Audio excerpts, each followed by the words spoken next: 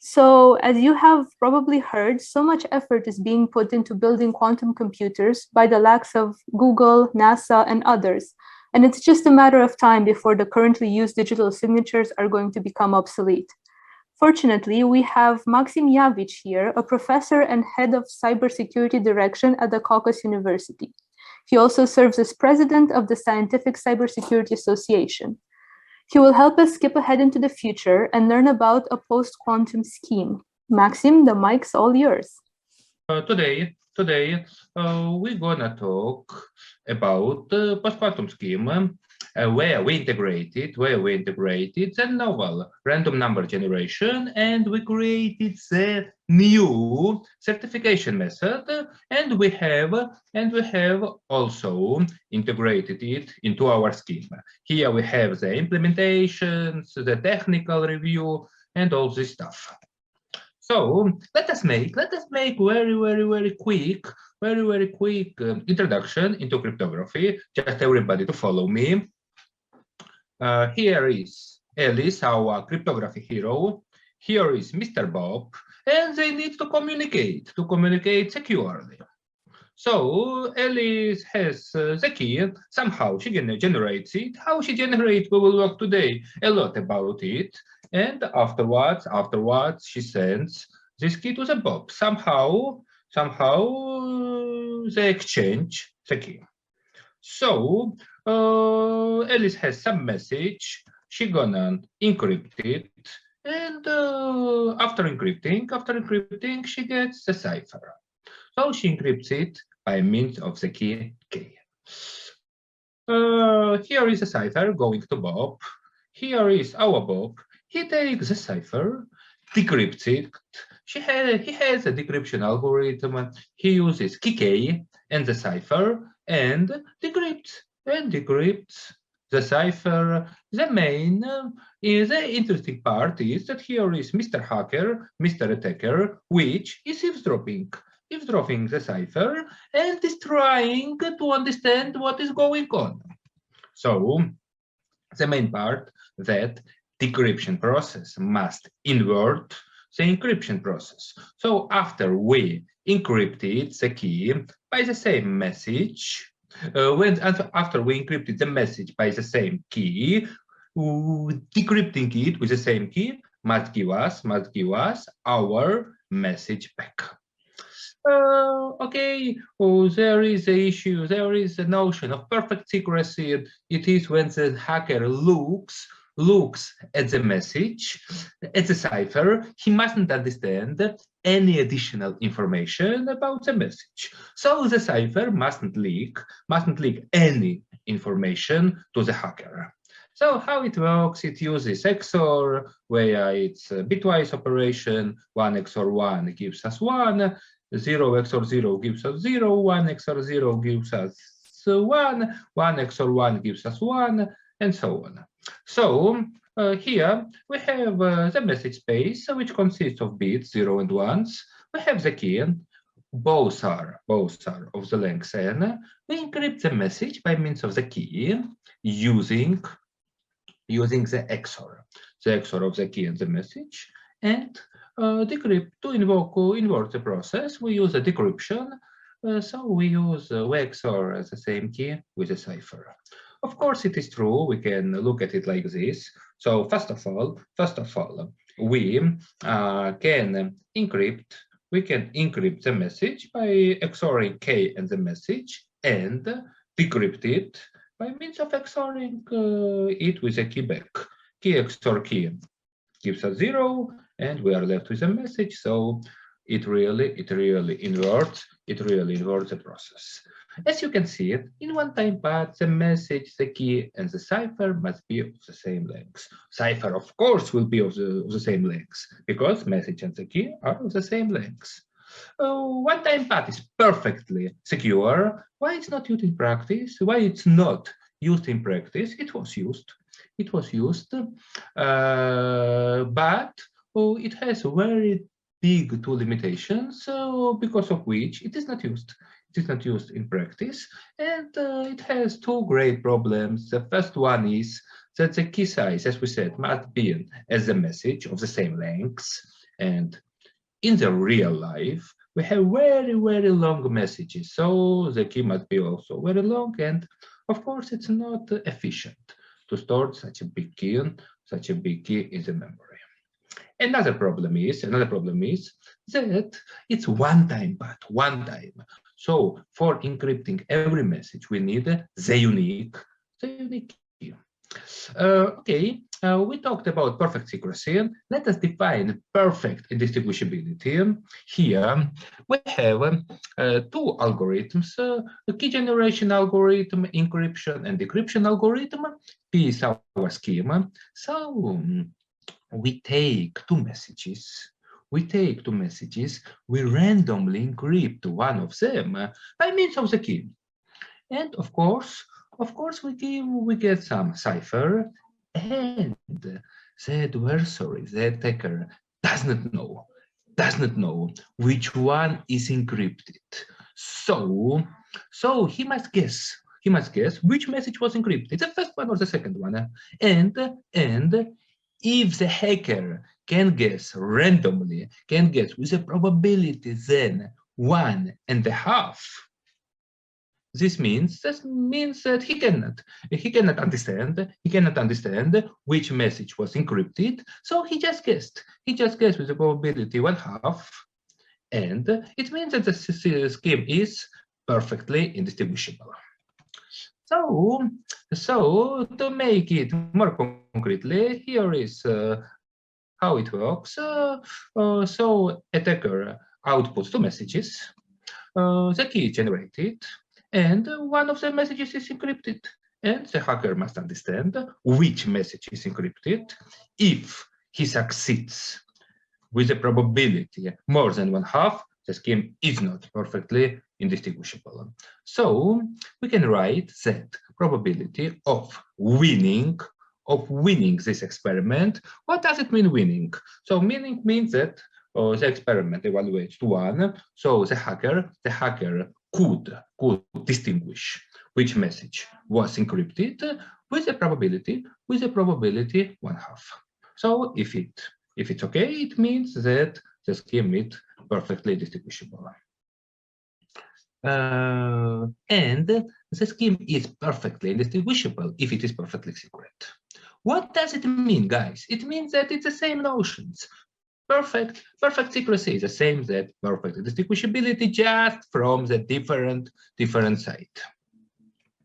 So what is computational secrecy? Computational secrecy is what is really used today in the real life, because perfect secrecy is too difficult to achieve, and it's not realistic in today's life. For example, when we get quantum computer and get quantum key distribution, of course we will be able to use it. But for now, computational secrecy is much closer to us. There are two approaches of computational secrecy. The first one is concrete, and another one is asymptotic. So let us talk quickly about the concrete version. So here we assume that the hacker can guess which message was encrypted from these two with a bit higher probability than 1/2. So with some negligible epsilon, which is really the tiny value. And so the probability that he will win the experiment, will be less or equal than 100 plus some epsilon. So it is a concrete version. If we are talking about asymptotic version, we said that there are two versions. If we are talking about asymptotic version, here epsilon is not value, but it is function, nothing more. Let us talk about pseudo-random number generators, which are very important notions in our life. So So it's some algorithm G which takes input, so-called seed, and outputs the input, which is longer than the input. So output is longer than the input. The input is usually random. The seed is really random, and the output gonna be pseudo-random. Here, how it works is illustrated very well. Here we get the seed. We apply it to the generator, PRNG, pseudo-random number generator, and we get the output, which is, as can be seen here, bigger than the seed. Okay, by means of this, we can improve our pseudo one-time pad. We can take the key, which is smaller than the message. The key is smaller in the message. We can apply pseudo-random number generator to it and can get the pseudo-random key, which will be already of the size of the message. And here we can improve pseudo-random number generator. So the first limitation now is already not limitation, but of course here the scheme is already not perfectly secret. It's already computationally secret because of it we imported the notion of computational secrecy. So afterwards we got the revolution. It was symmetric encryption. Everything is good. We have only one key. By means of this we encrypt, decrypt.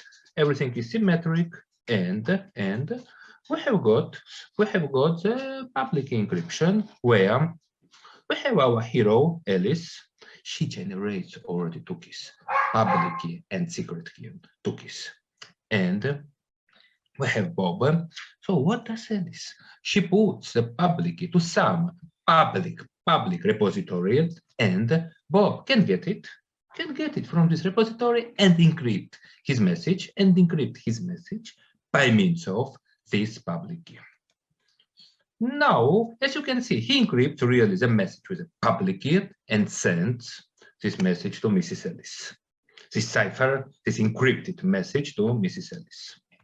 Alice receives the message, and now only she can decrypt it. Why? Because she has the decryption key. So she decrypts the message, decrypts the cipher, and gets her message back. For now, we use RSA encryption, which is widely used today in practice. Here, we generate an E and D. N is a multiplication of two prime numbers, and public key is N and E, and secret key is D. So the public key, of course, is passed to Mrs. Alice, and Alice can encrypt the message by means of public key by raising it to the power of E and taking mod n. She gets a cipher. How Bob can decrypt the cipher very easily? He can raise it to the power of secret key D. Okay, everything is good. The classical cryptography is wonderful, but here, quantum computer schema. We began to work on it when we saw that Google has signed the contract with D-Wave.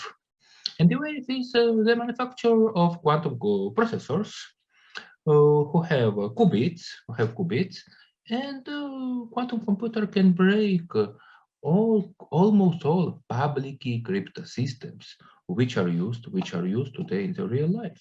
For example, they can break RSA, and RSA is a part of Microsoft operating systems, Apple, Sun, Novell. It is used in all of them. These systems, it is used in hardware performance of phones, internet, network cards, smart cards. It is a part of the protocols like SSL, S1, HTTPS, of course, which we use every day in our life, will be hacked by quantum computers. And as we can see, Google is very seriously working on this issue to create new quantum computers. In 2019, Google has announced that they have reached something called quantum supremacy. They have published a paper in Nature journal, and they call their computer Sycamore, and they say that it can solve a really, really difficult problem in 200 seconds. They compare it to their competitor, IBM, and say that IBM's computer is really huge. It is of the size of two basketball courts, and it needs 10,000 years to solve the same problem. What is quantum supremacy? For today, our computers work using classical physics, yes, Newton's physics, and quantum computer will use the power of quantum physics. So Google said that they have achieved something like quantum supremacy. IBM didn't like this news. IBM didn't like this news. So they have published that Google lies, and their Summit computer doesn't need 10,000 years to solve the concrete task, but it needs only 2 hours and a half. But 2 hours, no, 2 days and a half. 2 days and a half. And of course, if Google's computer can make it really quickly and they need 2 days and a half, there is quantum supremacy. At the time, I read a lot of reviews of different experts, and there was quantum supremacy. But if you get quantum computer, you are one of the most powerful person in the world. You can break everything. So all the countries, America, China, Russia, everybody's trying to create their quantum computers. So Chinese are not far away, and so they have published that have reached quantum advantage in 2 mainstream roads.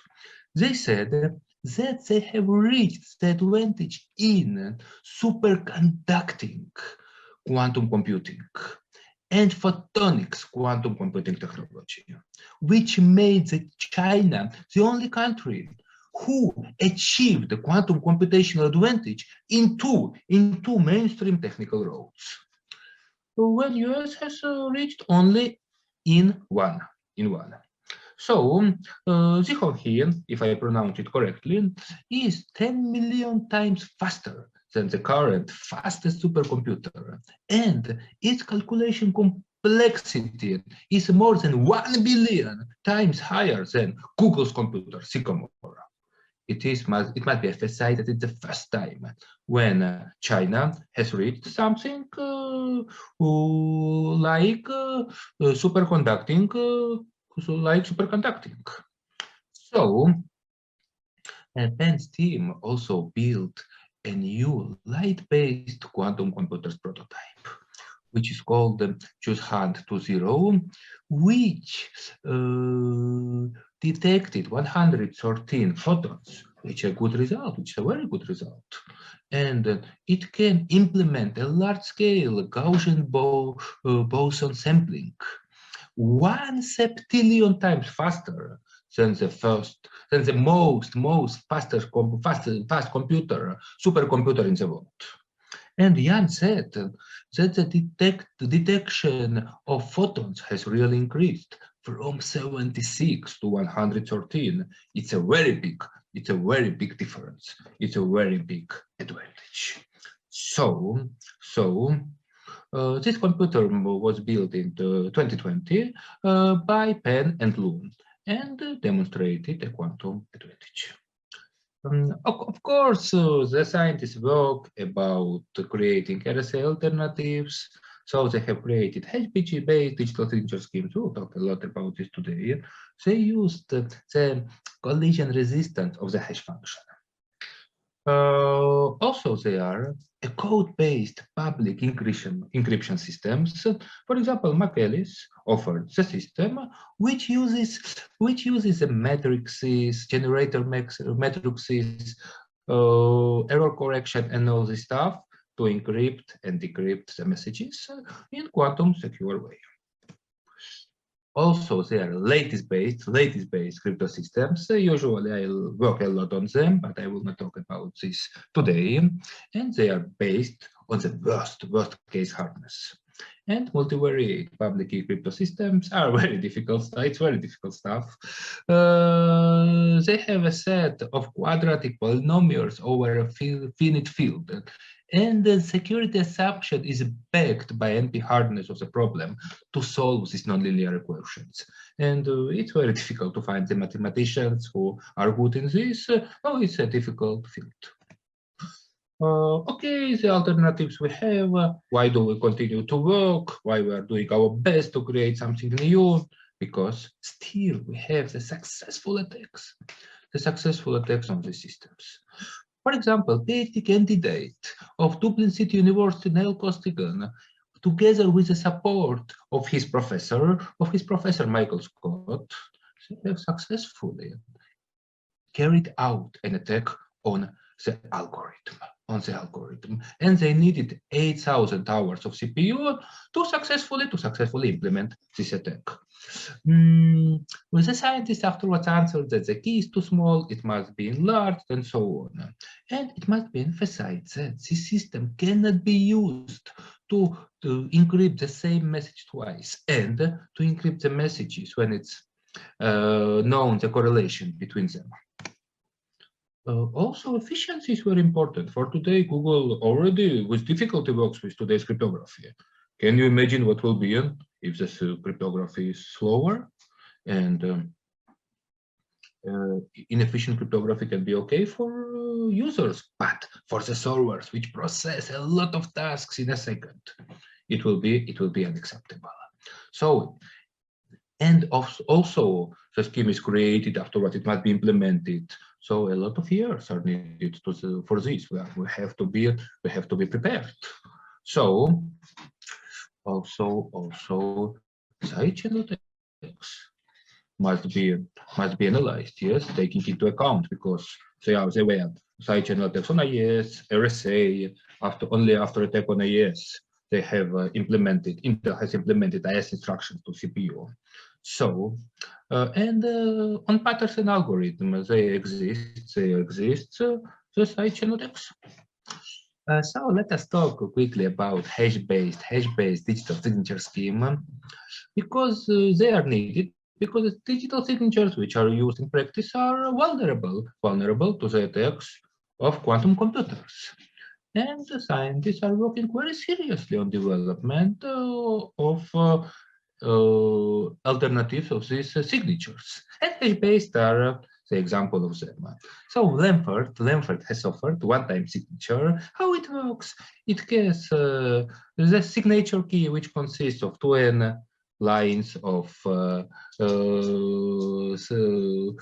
a number of lines of the length n, which are random, and they use a verification key. Verification key is by applying one-way function to the signature key, and it works like this.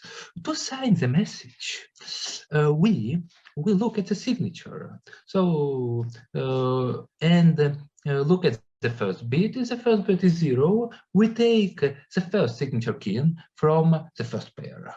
If it is 1, we take the second afterwards. So we do it like this. To verify the document, we first of all apply one-way function to the signature back, and afterwards verify this equation. If it's okay, it means that everything is okay. Okay, here the signature is very big, and the key cells also very big, 50 times larger than in the case of RSA. So Winternet offered a one-time signature scheme to reduce the size. But one-time signatures cannot be used in practice, because for every signature new key and all this stuff. So Merkel has offered the new scheme, where with one public key, where he has look the tree. This is a public key, and with one public key, 2 to the h. If the height of the tree is 8, 2 to the h. Messages can be encrypted. So we we get the verification keys. Afterwards, we hash them and get these nodes. To get the next node, we concatenate 2 nodes. and hash them. Afterwards, concatenate these nodes and hash them. If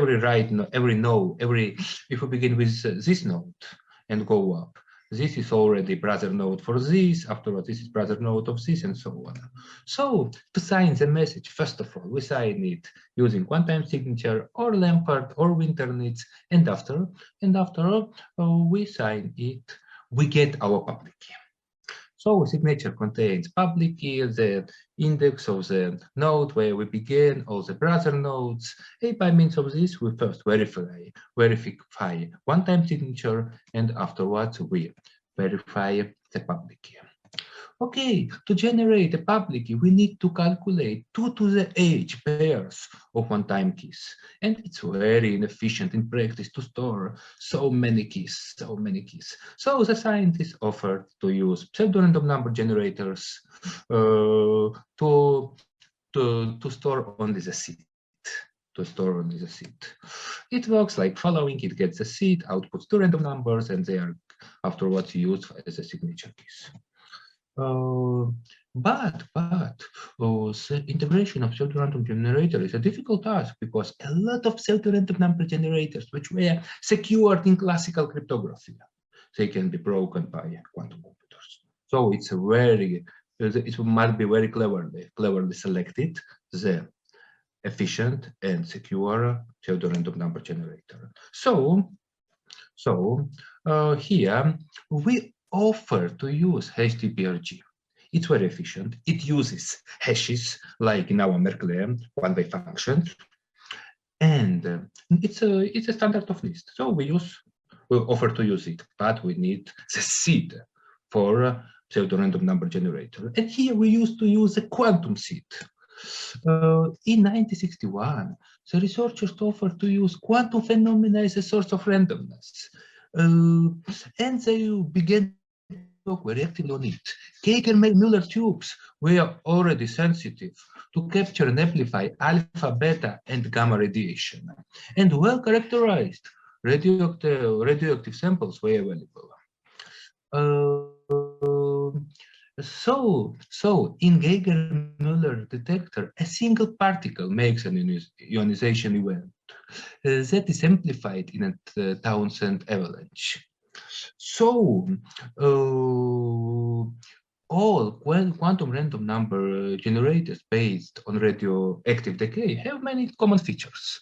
They use digital counters to convert the pulses from detector into random values. So we can use or quick clock or fast clock to generate the random numbers. Both approaches are used in practice. So let us talk about optical, which are really modern today, optical quantum random number generators. And almost all existing quantum random number generators are based on quantum optics. So they use these light properties, and by means of this, the random number are generated. So time of arrival generators use the fixors of photons. They calculate the period between the detection of photons, and they can calculate 2 periods. If one is bigger than the second one, they generate 1. If not, no. If not, 0, they work like this. So the scientists offered the improvements of them. First of all, photon counting quantum random number generators assign more than 1 bit during each measurement, and it makes it much more secure, much more efficient. And attenuated pulse quantum random number generators are based on the simplified version of the previous methods, because they have very few requirements for the detectors. So we used all these improvements of random number generators and integrated it into our schema. So our schema generates many bits per one measurement, and it has a very few requirements for detectors. And we offer to use this the seed created by our novel quantum random generator as a seed of hash of our pseudo-random number generator, hash TPRG. Okay, theoretically, detectors can generate an ideal, yes, a random bit, because a photon has a 50% probability that the beam will split and 50% probability that the beam will reflect. But it's only in theory. In practice, it's not like this, because there are a lot of biases. So afterwards, the certification methods is needed to check the randomness. There are two approaches, main one, self-testing in quantum random number generation, and the structure of a self-testing is based on device independently witnesses quantum entanglement of non-locality by observing a violation of the Bell inequality. But it depends on the hardware. So if the hardware has noise, we can still get a lower bound of the amount on the amount of genuine randomness based on the amount of non-locality observed. Another approach is to use device-independent quantum random generators. Because here we can not to care about the hardware. We absolutely ignore the hardware. We look only at output. Also this, we made the hybrid approach, and our new certification method offers a semi-self-testing quantum random number generator that combines the acceptable features of self-testing and device-independent. We integrated all this into our schema. We integrated our PRNG, our random number generator, and everything in the scheme else is the same. And also we integrated our certification method. And the certification signature verification works as before. And the scheme is secure. Why? Because PRNG is a standard. It's all based on hash, and hash is used in all our schema. And our seed is quantum random number, and it has a good certification method. Being this year in Spain at Valladolid University, they have the quantum library, and I had the opportunity to check our results, and they really worked. So I also know here is the end of my report. We have the Scientific Cybersecurity Journal. All of you welcome to publish the papers. It's free, and it will be very good for us, for our community, if you share your experience. Also, we have implementation of the approach. You can see we have it in Python. You can see that it really works, and of course, it's created with the models. It has a random number seed, which generates more than one bit at a time, and everything what I was talking about is used in our implementation. Okay, I think this is what I had to tell you. Thank you so much, Maxim. We really enjoyed your presentation. I have a couple of questions, if you wouldn't mind expanding more on what you have just presented. Do you feel like right now we are in a place where we are confident in the post-quantum schemes that we have devised theoretically? Would you say they're ready to be implemented on a large scale? No, not yet. Because of it, we have niche standards and we have a lot of competitions. For example, Nutro was a very good candidate. It passed the third round. It's the Latestbased crypto system. There are still some approaches of generating random numbers and all this stuff, which are considered quantum secure, but even on the standard systems like IES and RSA are still the attacks. So the time is needed. The time is needed to check all of this. But before the scheme is not any standard, I claim that you mustn't use it. Yeah, it makes a lot of sense. And I think I would like to follow this up with a second question. You mentioned something about the unreliability of detectors when it comes to optical quantum phenomena. Do you have any personal anxieties relating to using these phenomena to generate random numbers? You said that there are the biases, and what after? I was wondering whether you have personal anxieties or fears when it comes to using quantum phenomena. I had very big fear about it, but after I visited, as I showed on the photos, the Valladolid University and tested all of this, they have a lot of quantum random number generators. I tried a lot of time to make it in Georgia, but still lack of the finances. For now, I didn't succeed. I couldn't check all this in Georgia, but in Spain, I had the opportunity to check all of this, and I see that it really works. And also the certification method is very important, because always when NIST, always when usually ID Quantic sends the quantum random number generation, they have also the software with certification method. So it's also very important to get the really random numbers. Yeah, and I guess it's also very important for the people who devise the theoretical algorithms to also inform the board that will later certify them of. Yeah.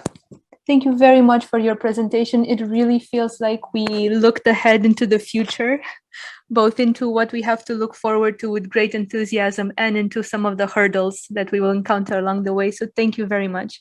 Thank you. It's my pleasure. It's my pleasure, always my pleasure to talk at DefCamp. It's the best.